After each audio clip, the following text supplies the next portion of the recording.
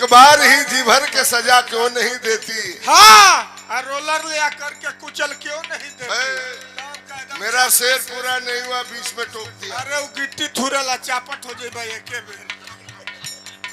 एक बार ही जी भर के सजा क्यों नहीं देती। का अरे मैं राह का पत्थर हूँ तो हटा क्यों नहीं देती।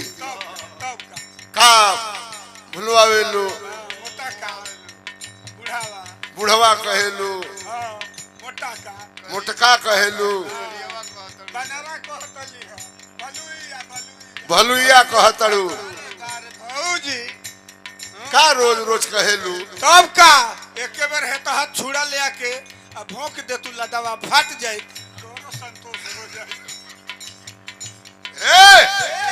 गजल की तरज वही है। ये तनी बढ़ा के बजाओ मास्टर।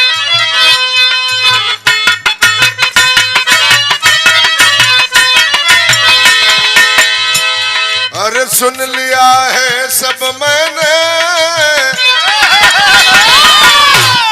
अरे सुन लिया है सब मैंने, तो तुम्हें सुनाना है।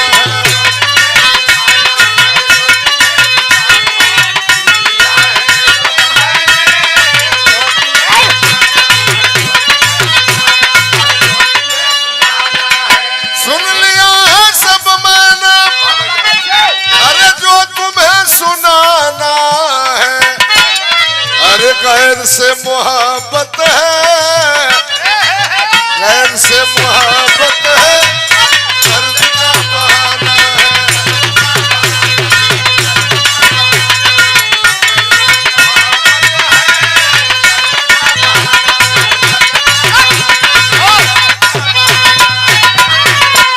कवि ने भाव लिखा बिरहा के अंदर, देखना न दुनिया को, अरे देखना न दुनिया को सरसरी निगाहों से।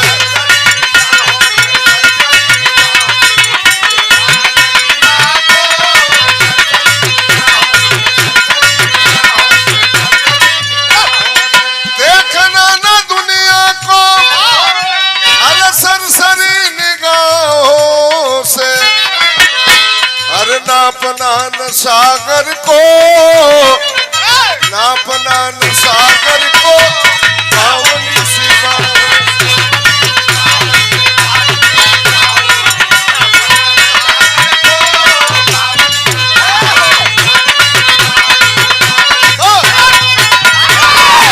अरे भक्ति के साधना में निर्माण होता है, तो अचर धरती पताल सब समान होता है। वो करते तपस्या पुंगव बरगद की छाव में,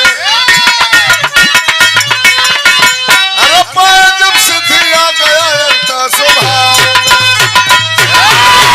ये कौने साधु का बात बा। कौने साधु कहो। कलयुग में वो साधु रहला, उनका नाम रहे पुंगव दास।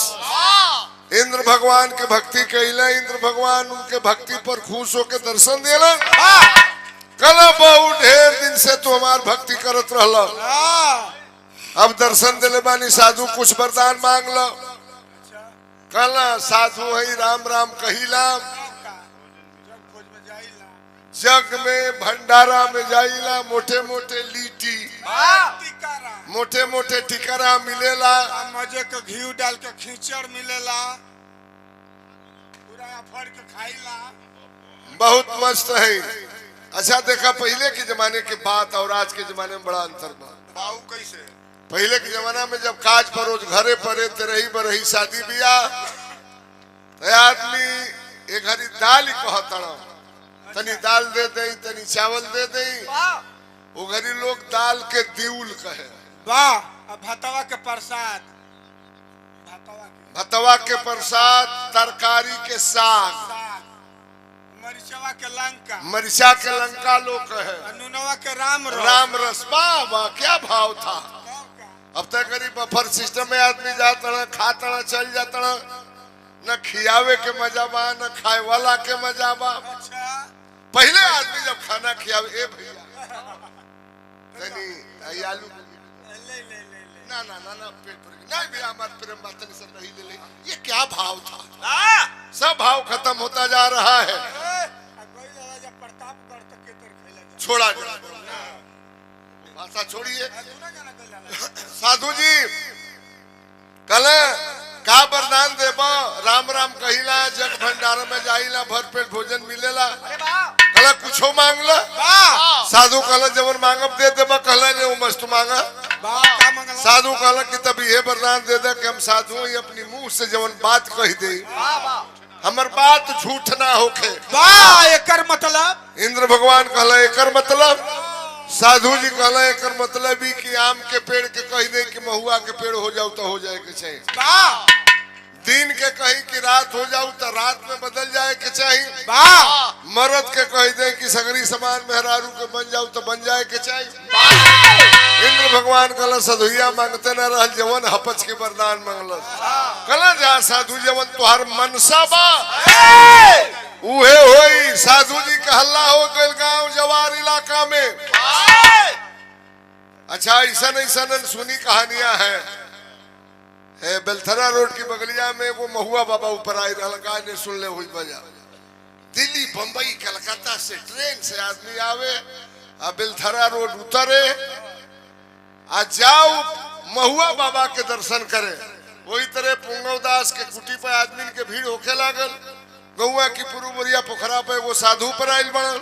मरद से ढेर मेहरारू जुटे लगली। काहे के हो जवना मेहरारू के लइका ना होके, साधु जी भभूत उठा के दे दे, भक भक मेहरारू के लइका होके लगे। मचल तहलका वो इलाका में। तरज एगो बा मास्टर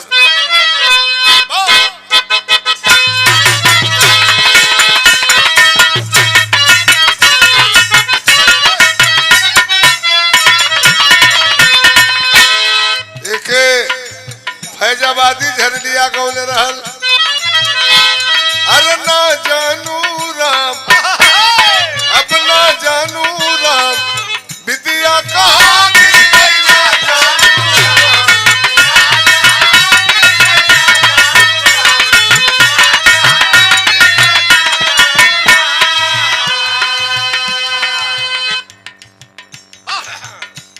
अरे साधु बदे सुहरत है बिना काम की, साधु बदे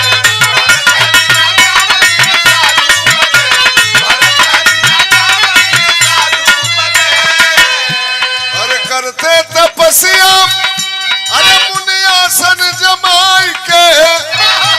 अब साधु बदे चिंता न सुबह शाम की, साधु बदे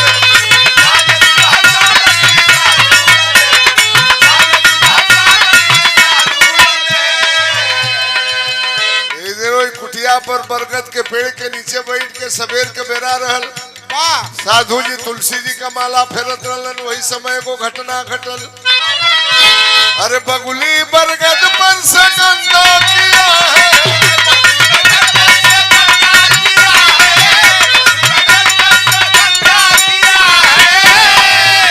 अरे साधु बदे क्षमदान है बेदान की, साधु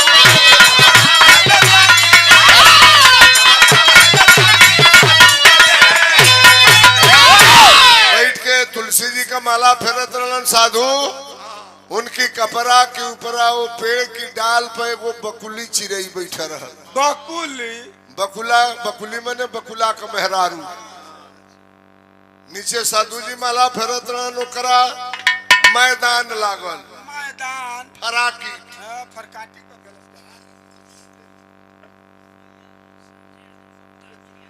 अरे बा संजय यादव भैया बहुता बलिया से माला और 100 रुपए का पुरस्कार भैया के बहुत बहुत नमस्कार प्रणाम बा। माला फेरत रहल। साधु जी बकुली चिड़ई बैठा रहो के मैदान लागल। ये भाषा थी पहले आदमी जब मैदान होके जाओ तो लोटा में पानी ले ले, 1 किलोमीटर दूर जाओ, चलो जो 9 एकदम फिट हो जाओ, पूरा साफ मैदान होके। आदमी कहे कि फलाना कहाँ गए तो झाड़ा फिरे गए, हरा की ठुके गई लूँ कर दुआरे बा। अरे केदार भाई हमारे मित्र हैं बारे नगेंद्र भाई पुनः 500 रुपया भैया के बहुत बहुत नमस्कार बा। वो चिरई के पैखाना लगल साधु जी की पीठी पर चिरिक दियल। साधु जी की पीठी पर गंदा कर दियलस। साधु जी माला फेरत रहा ध्यान में हुआ ओकरा पेशाब लागल। साधु जी की पीठी पर पेशाबो कर दियलस। साधु जी के जब पाला लागल तब पीछे तकला। अरे वाह आदमी तो आदमी ये चिरई के हिम्मत हमारी पीठी पर ही झड़ा फिर दियलस। चिरई के हिम्मत क्रोध महिला साधु जी कल श्राप देता हूँ जल करके राख हो जाओ। उनके सामने बकुली चिड़ई गिरल तक वरदान में पौले रहलन आग लगल एकदम जर के राखी हो गई। साधु जी के गोड़ भैया नहीं बा पचंगुरे पर चले लगल। अब जेके चाहबो के जराई वो रखिया से साधु कहता कि ना चिरक बड़ा चिरकतल बड़ा चिरकतल। अब तेज दे गाड़ी में परा निकल देखा वो पागल साधु के क्षमा बड़न को चाहिए छोटन को उत्पात। अरे चिरई अगर गंदे कर दिया माफ कर देना चाहिए। साधु ने चला दिया। साधु के घमंड हो गई। एक साधु ना कहल जाला। जाइए पहाड़ में गुफा में कंदरा में समाधि लगा करके साधु बैठे हैं। न दुनिया से मतलब न रुपया पैसा से मतलब लीने वही साधु में। अच्छा एक घड़ी के साधु एमे केहू साधु होई त नाराज मत होई। हेते हेते बार दारहा बढ़ा के गला में देखबो जितना बोर पीपर पाकड़ रेण बैरी की बिया के कंठा पहिर के सधुया घूम घूम संस्कृत भाषत हुवन गजाननम भूत गणादि सेवितम कपित जम्बु फल चारु भक्षणम। सिया राम में सब जग जानी करहूं प्रणाम जोरी युग पानी। दिन भर घूम के कथा कहता हूँ संस्कृत बाचत हूँ रात हो तो हो दारू पी के मेहरा रूप हो जाता हूँ।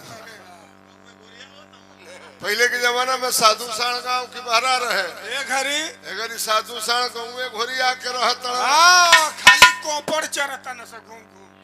साधु जी के घमंड हो गए हमसे बड़ा कोई संत नहीं। हमें को तरत बदल गई मास्टर।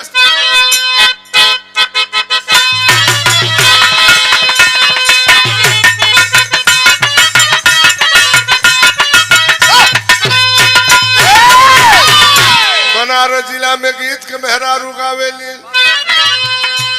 अरे अपने बलमुओं की चोरी अरे अपने बलमुआ के चोरी गोरी मांगे घुना घुना।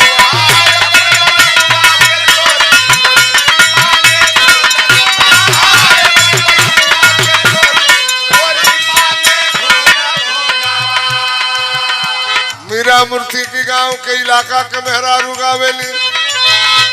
अरे नैहर में लागे सब भाई अरे नैहर में लागे सब भाई नजर यार कैसे लड़ाई।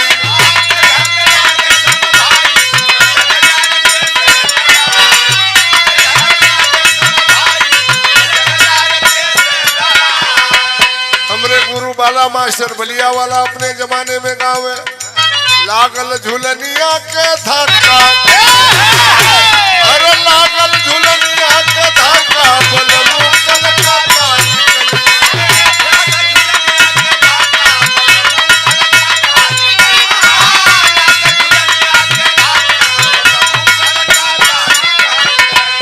साधु जी गए एक दिन भिक्षा मांगते वो गांव में। अरे हमसे बड़ा नहीं कोई अरे हमसे बड़ा नहीं कोई बाबा हो गई है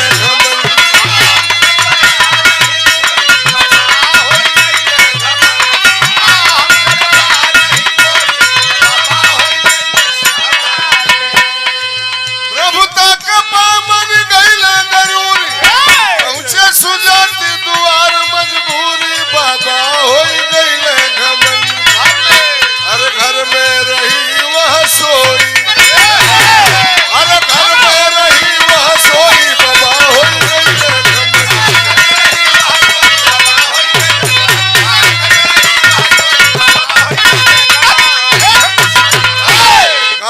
गई सबकर केवाड़ी बंद हो गए आई हो दादा हई चिड़ई के सधुइया जरा दिहलस सबकर केवाड़ी बंद हो गई घूमत घूमत पूर्व टोला गई साधु जी केवाड़ी बंद रहल जाके सिकड़ी भुड़कौले घर में केहू बा हम फूंगा साधु बोलत तनी हमको कुछ भिक्षा दे दो कौनो भीतर से आवाज ना आई वो घर के मलिकार चाहे मलिकाई ने वो मेहरारू रहल अपनी मर्द के हर हाथ के आई रहल खाना खिया के चारपाई पर सुतर रहल धीरे धीरे पैर दबावत दबावत वही मर्दे के लगे सुत गए साधु सिकड़ी भुड़कौला खोलो कौन है घर में मैं पुंगा उदास बोल रहा हूँ कौनो आवाज ना आई सुतल में अपनी मर्द की लगे केवड़िया तनी बढ़ गई रहल पछुआ मार दल रहे में फाक हो गेले छे एगो आंख बंद करके साधु जी तकल कैसे तकल एगो आंख बंद कैले तो में छेद नियर लौका देखा मीरा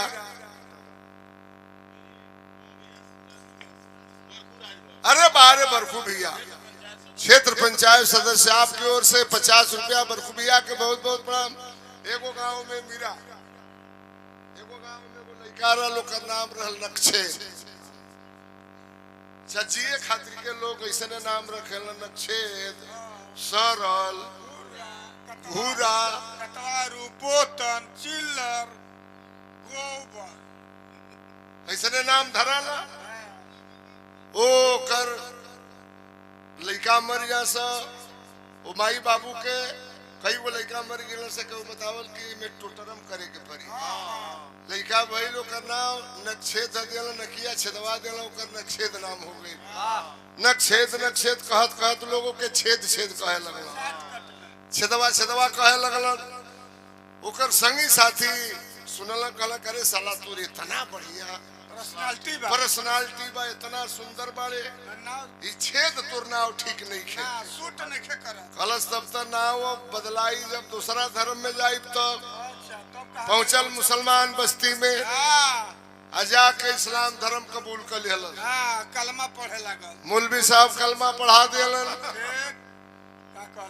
कलश हमर नाव बदल नहीं छेद नाम ठीक नहीं खे तो मौलवी साहब वो का नाम धर दिया सुराक अली ठीक गईल दोस्तन से कलश हमार नाव बदला गई कल का नाव पड़ल कलश सुराक अली कलश अरे ससुराई तो और बैर से बुरा हो गई छेद तो तनी छोट रहल तो ठीक बा सुराक मने एहू से चाकर हो गई कलश हो भइल तो फिर अब नाव बदलवाई अब कहां गई वो गईल पंजाब में ठीक पंजाबी बन गई लोग के पगड़ी बांध देलन वही में ककई कोच देलन कटारी दे देलन हाथ में सिख बन गई कलश हमर नाव बदल दे जा तो ओकर नाव हो गई बिलुका सिंह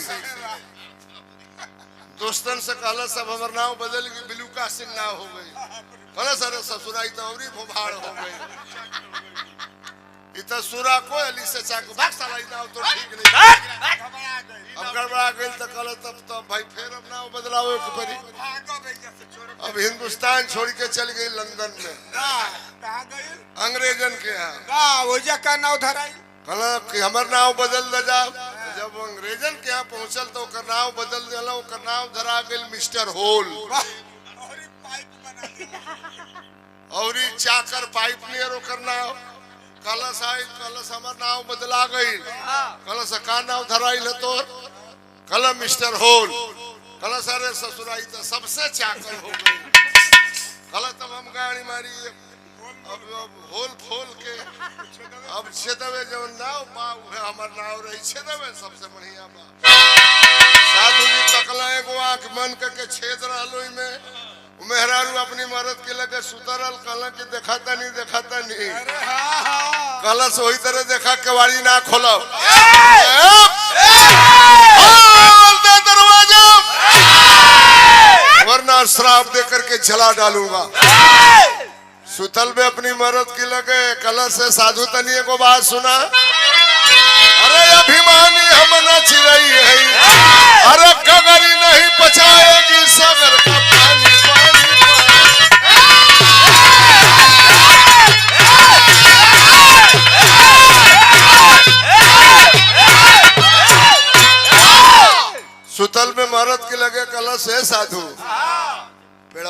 हम चिड़ैया ना है जब शराब दे के जरा दिहल तोहरी नियर कितने साधु हो न जइहन हमारे को रोवा टेढ़ ना हुई। साधु जी कहला तोरी गोड़ पगिर तनी आउ केवाड़ी खोल। जहाँ चिड़ै जरवी जैसे कई कोस दूर बा सुतल बड़े अपना मरद के लगे कैसे जान गिले कि हम चिड़ै जरा के अली आके दरवाजा खोलस। अरे दुष्टपा खंडी साधु कहाँ ज्ञान को पाया तू अपने भक्ति के जरिए केवल पंछी को जलाया तू। मैं ना जंगल की बगुली जो हमको सबक सिखा दोगे कहाँ शक्ति तेरे अंदर जो वसुधाया झिला दोगे। केवाड़ी खोलस कलस अरे पाखंडी दुष्ट साधु क्या पाया। अरे चिड़ै तनी गंदे कर दिया क्षमा बड़न को चाहिए छोटन को उत्पाद क्षमा कर दिया होता। रे पागल साधु हमें जलाने के लिए आए हो हमार कुछ ना बिगाड़ सकल गोड़े पगिर गई। साधु जी कहलन वाह अच्छा इतनी बता दे कैसे जान गए कि हम चिड़ै जरा के जाए निकल से साधु बाबा ये ना देखला कि हम अपनी मरद के लगे सुतर रहली हम अपनी मरद के लगे सुतर रहली दूसरा मरद के लगे ना सुतर रहली। हम अपनी मरद के भगवान मान के पूजा करीला। हमारी मरद से बोल के दुनिया में कोनो देवी देवता काली माई डीह बाबा भरम बाबा औरहवा बाबा खौरहवा बाबा के हमारी मरद से बोल के धरती पर देवी देवता नहीं खे। पति के सेवा करीला पति के भगवान मान के पूजा करीला। ये हमके दिव्य दृष्टि मिलल बा दुनिया में का होला है कि हम जान जाइला।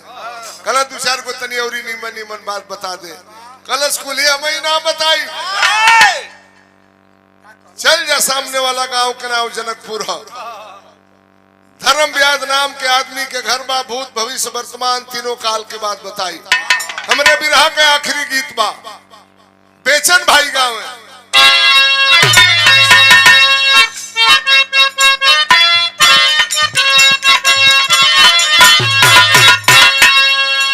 बेचन जी बरखुराज भर भैया बेचन भैया के गीत पर ये 50 रुपए का पुरस्कार भैया के बहुत बहुत प्रणाम। बेचन भाई गाँव में खा गलू लंगड़ा कहिया दे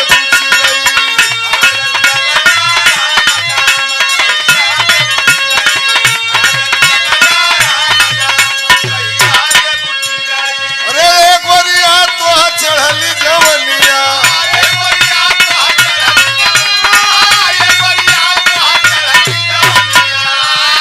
लगल जो बनवा पर घाम दाम कहिया जे बुझी रही।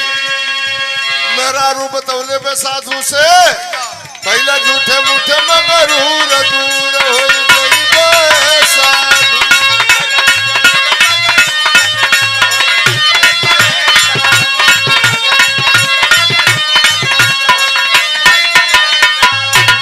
और 100 रुपए का पुरस्कार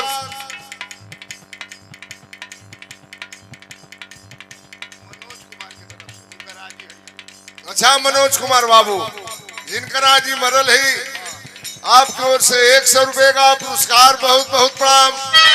अरे पति मोरा धन धम सब समान हो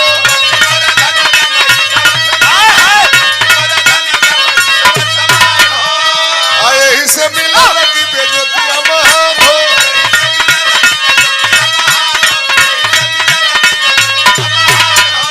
अरे तो हके न तनी को सहूर दूर हो गई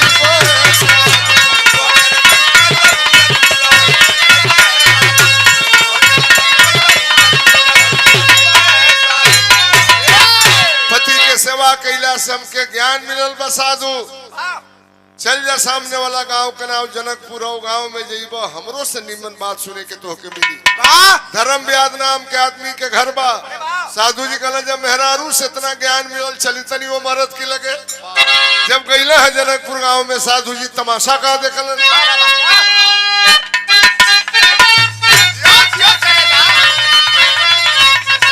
अरे दिल में फकीरता शरीर बा फकीर खाली शरीर में फकीर न समा। अरे धर्म व्याध नाम ले जने का पूरा पहुंचे ये लोग घरवा के राम बतला अरे गुरही से देख अपने मुनि के शरीरिया अटे धर्म व्याध है अपमान से खिसिया अखुनवा से रंग डाली जे करी बदलिया साधु जी के देखेला नजरिया पसार गईला वो जनकपुर गांव में कले बिया गांव में कोनो धर्म व्याध नाम के आदमी के घर बा गांव के लोग कहला छी छी राम राम राम राम अरे साधु ये कौन रास्ता पकड़ ले हुआ राम नाम ही चादर ओढ़ले बड़ा टीका त्रिपुण लगौले बड़ा वो आदमी है कि कसाई है भैंसा काटेला कहले जब मेहरारू कहले बे तो जाइब जरूर गईला ओकरे घर के सामने चौधरी यादव जिनके आजी के आज अंत्येष्टि क्रिया बा और सुरेंद्र यादव भैया की ओर से ये पुरस्कार बहुत बहुत आपके प्रणाम बा वो कसाई है भैंसा काटेला गईला ओकरे घर के सामने सचो के कसाई रहल धारदार हथियार उठा के भैंसा काटत रहल साधु जी के रूह कांप गई पीछे लौट के भागे लगलन भैंसा काटल छोड़ के कलश अरे साधु बाबा एगो मेहरारू की कहला पे इतना कष्ट कके अइला अब बिना हमसे कुछ बोलले बते बोले भागल जाता साधु जी के कई डिग्री बुखार चढ़ गए हाँ मुँह के भरे ढाई काटा था भैंसा ही कैसे जान गए लेकिन मेहरारू की कहला पहली कलश है साधु बाबा इतने नहीं खी जाना यो जाने तनी कि तू चिरई जरा के मेहरारू के लगे गईला अब मेहरारू तो के हमरी लगे भेजला साधु जी गोड़ पर गिर गए तुमसे बड़ा संत इस धरती पर कोई हो नहीं सकता बता दे भैया कैसे जान गईले तब धर्म व्याध कसाई बतावत घर के अंदर गाली आई बोला धर्म व्याध समझाई सत के सत्ता पे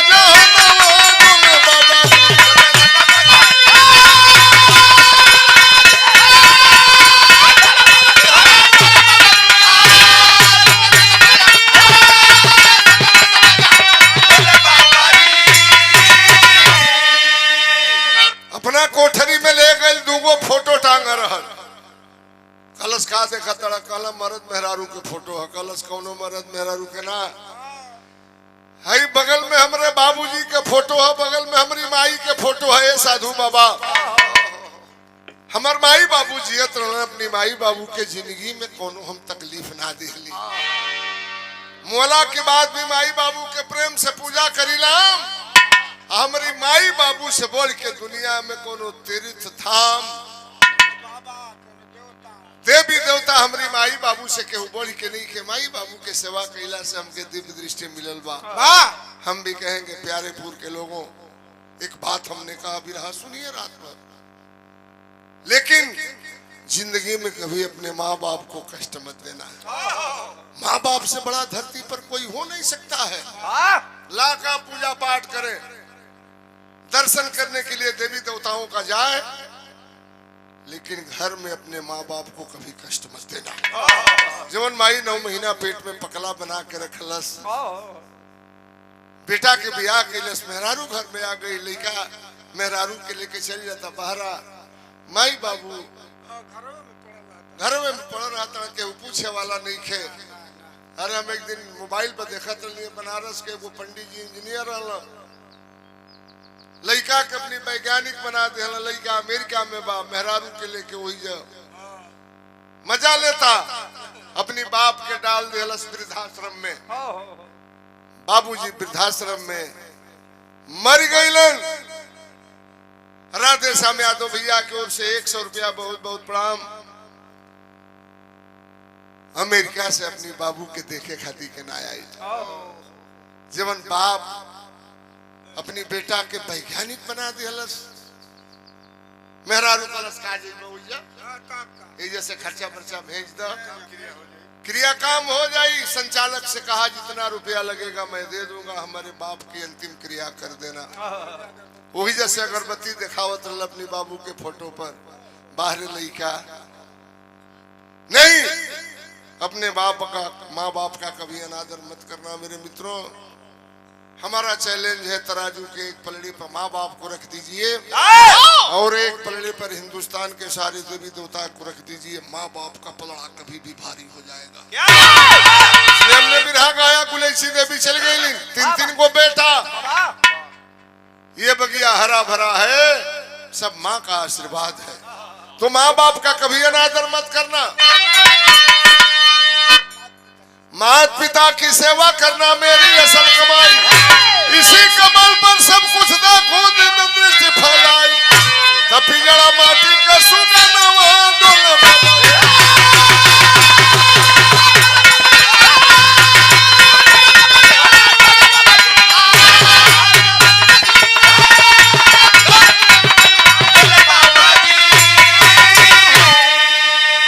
कुसुम पराग देवराम सारे जद्दू के पैगाम